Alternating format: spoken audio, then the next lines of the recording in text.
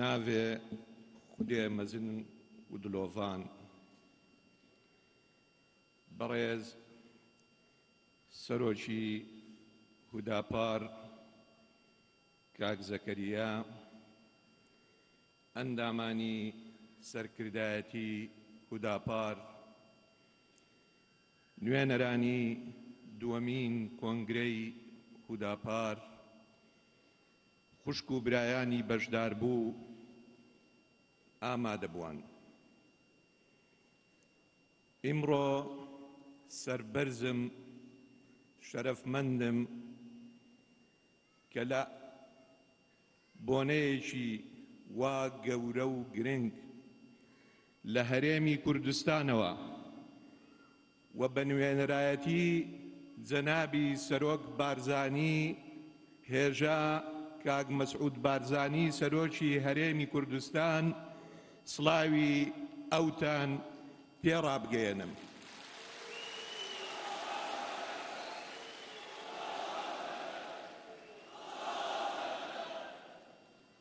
هەروەها بە ناوی ئەندامانی مەکتەبی سیاسی پارتی دیموکراتی کوردستان و ئەندامانی سەرکردایەتی و بە ناوی تێکڕای گەلی کوردستانەوە سڵاوی برایەتی و ئاشتیتان پێڕابگەێنم.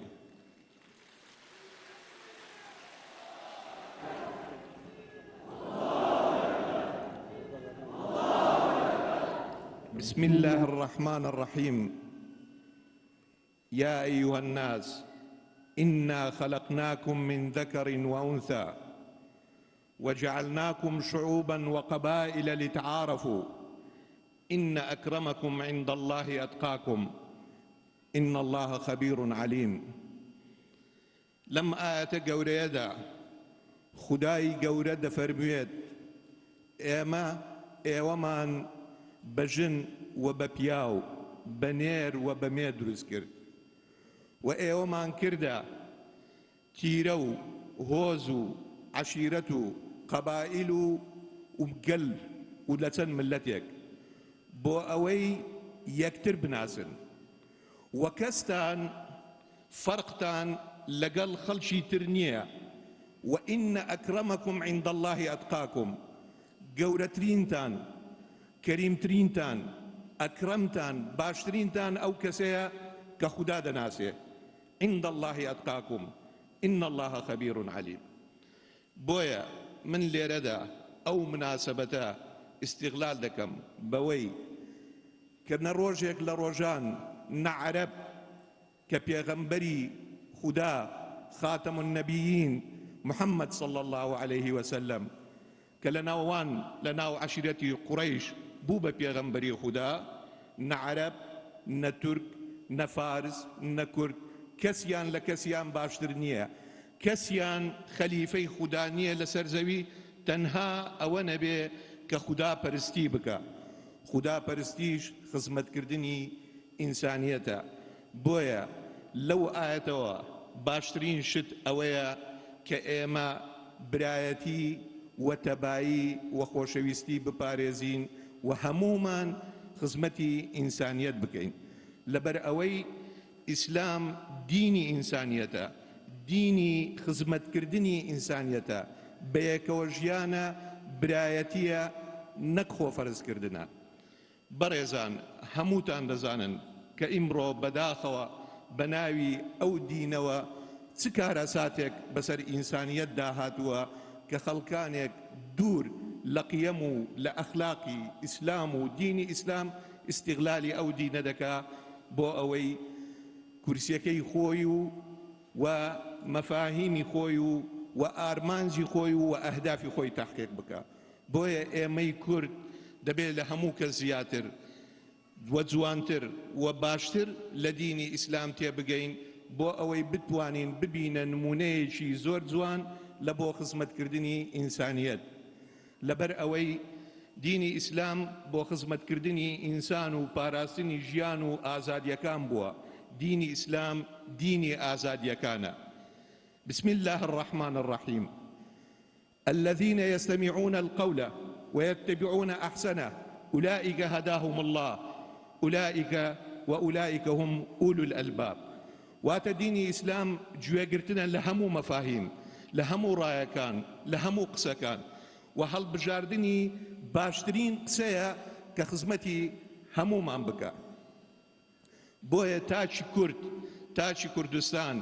ئەوانەی کە پەیڕەوی هەموو مەفاهیمە ئینسانیەکان دەکەن و بە تایبەتی دینی ئیسلام دەبێت جوانترین نمونەی ڕەوشت و ئەتکار و تەسەڕوفات و ئەخلاقی بەرز بن. من لێرەدا نمونەیەک دەهێنمەوە لە سەردەمانی شۆڕشی ئەیلولی مەزنی نەتەوەیی کە یەکەم شۆڕش بوو لە ژێر سەرکردایەتی جەنابی بارزانی نەمر مەڵا مستەفای بارزان کە توانی بووی گەلی کورد، گەلی کوردستان بە هەموو ڕەنگ، بە هەموو دەنگ لە ژێر ئاڵای خۆی کۆبکاتەوە، هەر لە زاخۆ تا دەگاتە خانەقین وەجگەلەوەی تەئسیراتی شۆڕشی مەزنی ئەیلولی مەزنی نەتەوەیی گەیشتووە هەر سوار پارچەی کوردستانیش دەنجی دابەوە. ڕۆژێک کە لەگەڵ بەرپرس و سەرکردەکانی شۆڕشی ئەیلول کۆبووەوە داوای لێکردن کە ئەوان دەرگاکانیان بکرێتەوە لەبەرەوەی دەرگا داخستن شتێکی خراپە و نمونەیەکی بۆ هێنان. گوتی خودای گەورە لە قورئانی گەورە بە پێغەمبەری خۆی دەفەرموویە ئینەکە لەعەلا خولوق عەظیم. واتە ئەی پێغەمبەری خودا، ئەی ئەو کەسەی کە ئەمن تۆم ڕەوانەی ناو بەشەریەت کردووە بە ناوی من قسە بکەی، تو خاوەنی گەورەترین ڕەفتار و جوانترین ڕەوشت و ئەخلاقێکی بەرزی. ئینەکە لەعەلا خولوق عەظیم. پێی نەگوت ئەوە جلکتە، پێی نەگوت ئەوە خواردنتە، پێی نەگوت ئەوە ئەپارتمانتە، پێی نەگوت ئەوە قسوورتە، پێی گوت ئەخلاقت جوانە. کەواتە لە ئیسلام، لە دینی خوددا، لە هەموو ئەدیانی سەماوی جوانترین شت کە خودای گەورە داواکارە لە ئینسانی خۆی، لە مەخلوقی خۆی کە بخۆی دروستی کردووە، ڕەوشتی بەرزە. بۆیە جەنابی بارزانی نەمر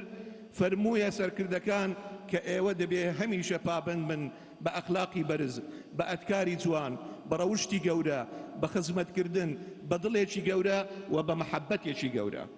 بۆیە ئێمەی کورد لەسەرمانە ئیمڕۆ بە هەر لە ژێر سایەی هەر دروشمێک بین، لە ژێر سایەی هەر ئەفکارێک بین، لە ژێر سایەی هەر دینێک بین، پابند بین بە کەلتور و بە ئەتکار و بە ڕەوشت و بە کەلەپوری ڕەسەنی کوردایەتیەوە، بۆ ئەوەی خەڵک زیاتر لێمان تێبگا و بتوانین دۆزی ڕەوای خۆمان بەرەو پێشەوە ببین. هەموومان دەزانین لە ژێر سایەی ئیسلامدا ئیمپراتۆریەتی زۆر گەورە لە ڕۆژهەڵاتی ناوەڕاست دروست بوو. عەرەب توانیان دەوڵەتی عەباسی و دەوڵەتی ئەمەوی دابمەزرێنن، فارس توانیان ئیمپراتۆریەتی سەفەوی دابمەزرێنن، تورک توانیان ئیمپراتۆریەتی عوسمانی دابمەزرێنن. کورد ئەوەندە تاوا بووەوە لە ناو دینی ئیسلامدا، بەڵام بەداخەوە نە پاداشتی وەرگرت، نەخۆشی توانی دەوڵەتێک دابمەزرێنێ لە کاتێکدا هیچ کاتێک ولا هیچ شوێنێک ولا هیچ مەفاهیمێک ولا هیچ ئاەتێک نییە کە دین دژی دامەزراندنی دەوڵەتی کوردی بوو بێت. بۆیە ئێمە داواکارین لە خودای گەورە پشتیوانمان بێت لە هەموو تاکێشی کورد کە بتوانین نمونەیەکی جوان لە سایەی ئازادی و دیموکراتی و تێگەیشتن بۆ هەموو دینەکان، بە تایبەتی دینی ئیسلامی، کە بتوانین پاڵپشتێک بەدەست بێنین، ڕیفراندۆم ڕابگەیەنین و نەواتێک دابمەزرێنین لە هەرێمی کوردستان، بگەینە ئامانجەکانی خۆمان و دواتر ببینە جوانترین نمونە بۆ هەموو دەور و بەرمان. ئێمە وەکو پارتی دیموکراتی کوردستان و جەنابی سەرۆک بارزانی هەمیشە تەئکید لەوە دەکاتەوە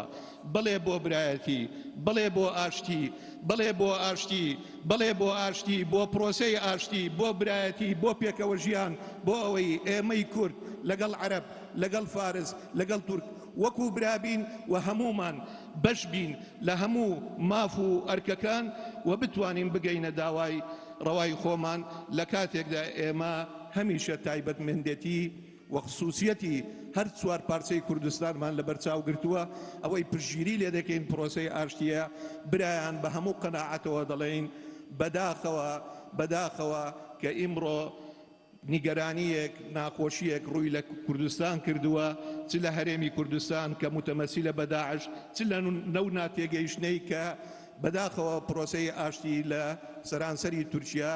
ڕاگرتووە داواکاری هەنجارێشتر ئەو پرۆسەیە بەرەو پێش بچێت و جەنابی سەرۆک بارزانی وەکو سەرۆکی هەرێمی کوردستان وەکو ئینسانێکی کورد هەمیشە ئامادەیە بۆ ئەوەی کارایەک و بەشدارێکی کارا بێت لە بەڕێوەبردن و بەرەو پێشبردننی پرۆسەی ئاشتی و لە کۆتاییدا ئومێدی سەرکەوتن بۆ کۆنگرەتان دەخوازین هیوادارین خودای گەورە سەرکەوتوتان بکات ئیجازەم پێ بدەن